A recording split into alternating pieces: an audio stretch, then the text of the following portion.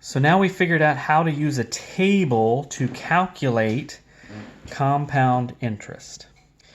But you notice the table is limited. What if we don't have enough total compounding periods? What do we do? Well, easily enough, we can take that simple table, all right, and just create new factors on our own. So what we can do is, if we have something like, hey, I have 40 total compounding periods. So what I can do is just say, well, what's half of 40? Is that on the table? If it is, then I can take 20, which is half of 40, all right, because 20 plus 20 is 40. I can take the factor for 20 periods at that interest rate and then multiply them together.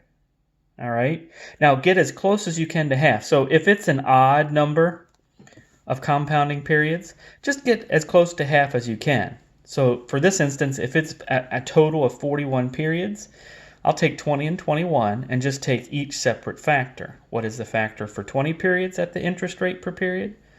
And what's the factor for 21 total periods at the interest rate per period?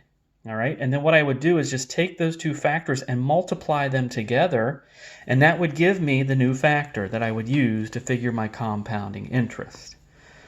Okay, so for the steps for this, all right, the stated interest rate per period, find the two table factors that represent half or value as close as possible to half of the periods required. Multiply the two factors together to form a new factor. Round the new factor to 5 decimals, and now you have your new factor, which you can multiply by the principal. All right, so if we look at the example, calculate a new factor of $10,000 invested at 12% compounded monthly for 3 years. If it's compounded monthly, how many periods per year? Well, it's going to be 12. All right. And if it's compounded monthly, 12 periods per year, if the annual rate's 12%, 12 divided by 12 is 1. So that it will be 1% interest rate per period. All right? So at 12% compounded monthly, the rate per period is 1% because it's going to be 12% divided by 12 compounding periods per year. Because we are looking for 36 periods, 3 years times 12, the table does not go to 36. So we find, well, what's half of 36? 18. And so if you go to the table, the factor of 18 total periods at 1% interest is 1.19615. All right, so we have both of those. 18 plus 18 equals 36, and that's the total amount, 12 years times 3 years, or 12 periods times 3 years. So now we just multiply the factors, 1.19615 times 1.19615, which gives us 1.4307748. All right, now we're going to round that to 5. So 1.430 is 377. All right, and if we round, we're going to leave it at the 7.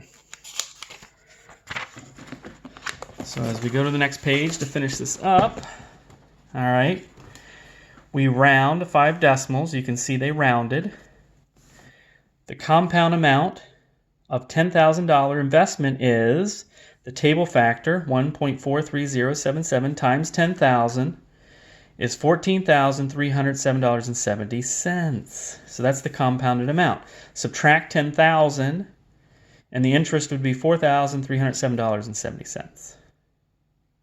All right, so now there's the problem. For try it, we're going to practice. Stan invests $3,500 at 8% interest compounded quarterly for 7 years. All right. 7 quarterly is 4. 7 times 4 is 28. There's not 28 periods. All right. So what we will do, go ahead and practice that, and I'll come back and show you the answer.